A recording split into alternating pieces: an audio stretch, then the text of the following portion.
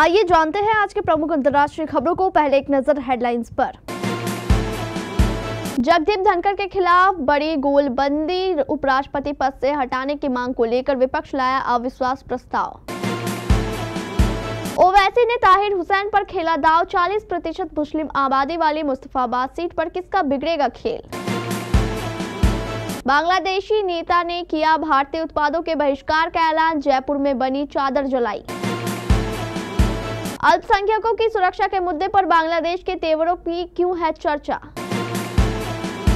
बहुमत से चलेगा देश, विवादित बयान देने वाले एससी जज की टिप्पणी पर सुप्रीम कोर्ट ने लिया संज्ञान, मंगाई डिटेल। सीरिया से बशर अल असद का हटना, तुर्की इजराइल की बड़ी जीत, इस मुस्लिम देश को लगा सबसे बड़ा झटका। बेंजामिन नेतन्याहू ने 14 महीनों में ईरान का 45 साल का पुराना प्लान फेल कर दिया। Gold, share market, bitcoin, dollar, इतिहास में पहली बार हो रहा है ऐसा। सोनू निगम के शो से उठकर चल गए राजस्थान के डिप्टी सीएम, नाराज सिंगर ने सुना दिया।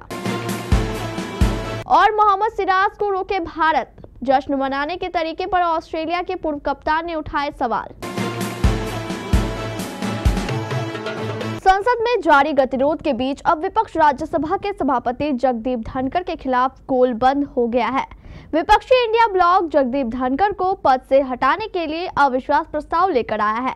विपक्षी गठबंधन ने 1:37 पर राज्यसभा के सेक्रेटरी जनरल को इस आशय का प्रस्ताव सौंप दिया है। जगदीप धनखड़ के खिलाफ अविश्वास प्रस्ताव पर 60 सदस्यों के हस्ताक्षर है। जानकारी के मुताबिक विपक्षी पार्टियों ने संविधान के आर्टिकल 67B के तहत उपराष्ट्रपति को पद से हटाने की मांग को लेकर राज्यसभा में प्रस्ताव पेश कर दिया। यह प्रस्ताव उपराष्ट्रपति को हटाने की मांग को लेकर लाया गया था, जो राज्यसभा के पदेन सभापति भी है। इस प्रस्ताव पर सोनिया गांधी और किसी भी दल के फ्लोर लीडर्स ने हस्ताक्षर नहीं किया है। कांग्रेस की ओर से जयराम रमेश और प्रमोद तिवारी के साथ ही तृणमूल कांग्रेस के नदीम उल हक और सागरिका घोष ने ये प्रस्ताव राज्यसभा के सेक्रेटरी जनरल को सौंपा। विपक्षी पार्टियों ने अविश्वास प्रस्ताव में आरोप लगाया है कि उनको बोलने नहीं दिया जाता, चेयरमैन पक्षपात कर रहे हैं। विपक्षी पार्टियों ने एक दिन पहले का उदाहरण देते हुए कहा कि ट्रेजरी बेंच के सदस्यों को बोलने का मौका दिया गया, लेकिन जब विपक्ष के नेता मल्लिकार्जुन खड़गे बोल रहे थे तो उनको रोका गया। उत्तर पूर्वी दिल्ली के मुस्तफाबाद से असदुद्दीन ओवैसी अपनी पार्टी AIMIM की तरफ से ताहिर हुसैन को उम्मीदवार बनाया है। ताहिर हुसैन 2020 में हुए नॉर्थ ईस्ट दिल्ली के दंगों के मुख्य आरोपियों में से एक है। ताहिर हुसैन को चुनाव मैदान में उतारने का फैसला चौंकाने वाला तो है ही, कई सारे समीकरणों में फेरबदल करने वाला भी नजर आता है। दिल्ली में आम आदमी पार्टी की सरकार है और पिछले 2 विधानसभा चुनावों में मुस्लिम अल्पसंख्यक वोट जमकर केजरीवाल के साथ गया है, लेकिन अब समीकरण बदले नजर आ रहा है। 2020 का नॉर्थ ईस्ट का दंगा दिल्ली विधानसभा चुनाव के ठीक बाद हुआ था। बाकी लोकसभा क्षेत्र की तुलना में बीजेपी का प्रदर्शन 2020 विधानसभा चुनाव में अगर किसी एक लोकसभा क्षेत्र में सबसे अच्छा रहा था, वो है नॉर्थ ईस्ट दिल्ली ही था। इसकी वजह थी जबरदस्त पोलराइजेशन की राजनीति।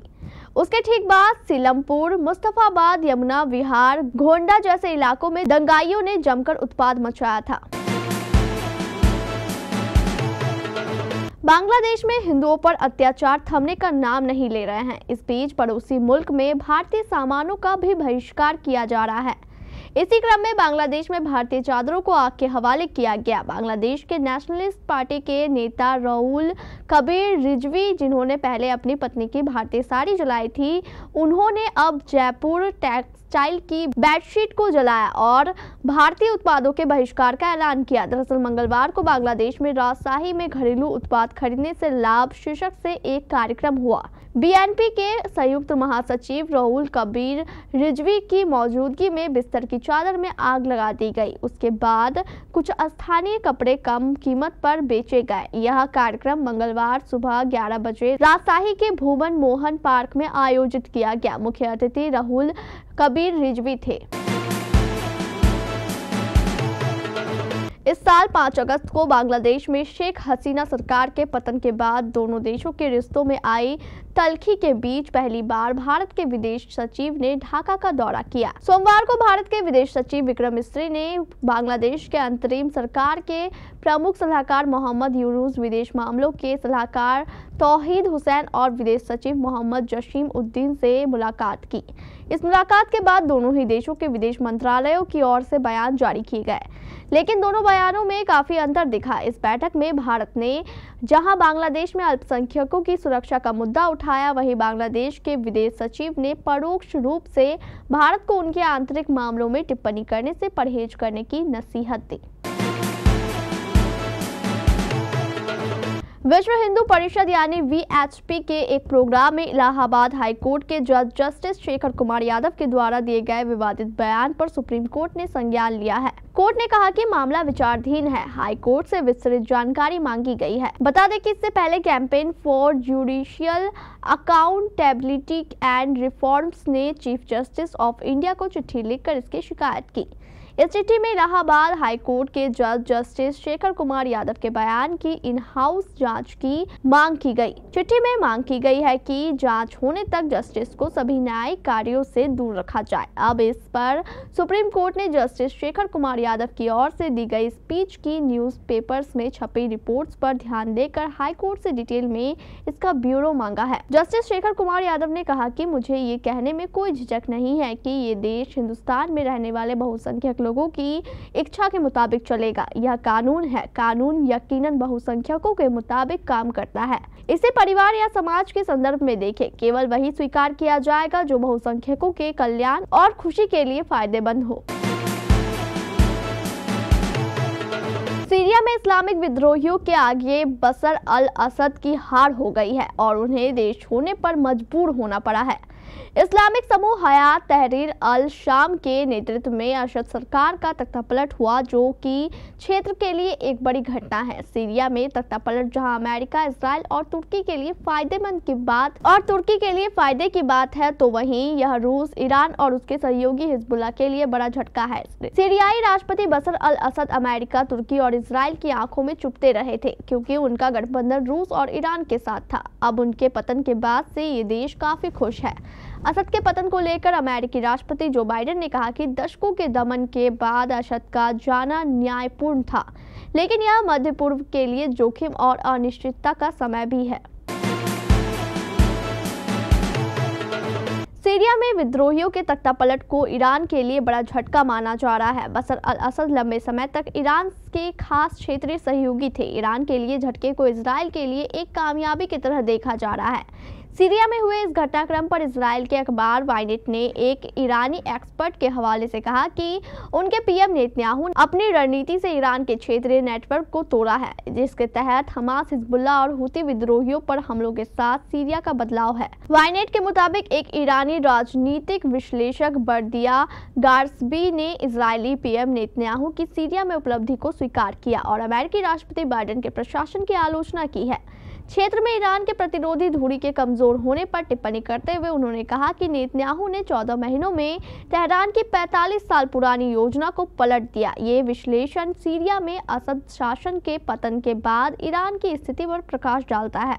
इजराइल के सैन्य अभियानों ने हमास, हिजबुल्लाह और यमन में ईरानी हितों को भी नुकसान पहुंचाया है। साल 2024 नया इतिहास बनने की तरफ अग्रसर है। पहली बार सोना और शेयर मार्केट 30% से अधिक का सालाना रिटर्न देने जा रहे हैं। सोने में अब तक 29% की तेजी आई है, जबकि अमेरिका के S&P 500 इंडेक्स ने 28% रिटर्न दिया है।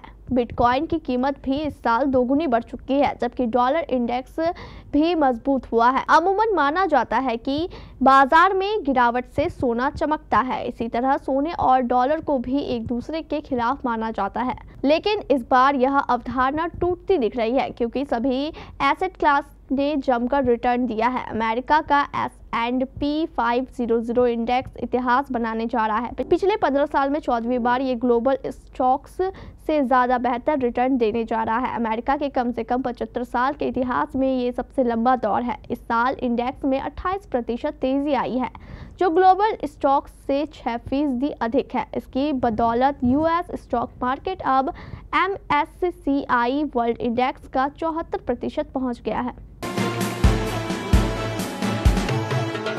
जाने माने सिंगर सोनू निगम गुस्से में हैं। उनकी नाराजगी की वजह भी कोई फिल्म प्रोड्यूसर या फैंस नहीं, बल्कि राजस्थान के डिप्टी सीएम प्रेमचंद बैरवा समेत जयपुर के तमाम छोटे बड़े नेता है। अब सोनू का शो छोड़कर बीच में कोई उठेगा तो सिंगर को बुरा तो लगेगा ही। लिहाजा सोनू भी माननीयों की इस हरकत पर इतना भड़के कि सोशल मीडिया पर अपनी भड़ास निकाल दी। कुल मिलाकर सोनू निगम ने कहा, या तो आइए मत, आते हैं तो जाइए मत। राजस्थान की राजधानी जयपुर में rising Rajasthan global investment summit 2024 आयोजित की गई। इस समिट के सांस्कृतिक कार्यक्रम में सोनू निगम ने परफॉर्मेंस दी। इस लाइट एंड साउंड शो का आयोजन हुआ था होटल रामबाग पैलेस में। कार्यक्रम में मुख्यमंत्री भजनलाल शर्मा, डिप्टी सीएम प्रेमचंद बैरवा समेत कई नेता पहुंचे थे, लेकिन बताया गया है कि अपने बिजी शेड्यूल के चलते सीएम शर्मा कार्यक्रम को बीच में ही छोड़कर चले गए। खबर के मुताबिक ये देख कुछ देर बाद डिप्टी सीएम बैरवा और कई बड़े नेता भी धीरे धीरे जाने लगे। ऐसे में वीआईपी दरगाह खाली हो गया। भले ही सोनू के फैंस शो को एंजॉय करते रहे, लेकिन नेताओं का बीच में जाना ही सोनू को खल गया। ऐसे में उन्होंने अपने इंस्टाग्राम पर एक वीडियो शेयर किया। वीडियो में वो नेताओं पर जमकर बरसे और उन्हें खूब खड़ी खोटी सुनाई।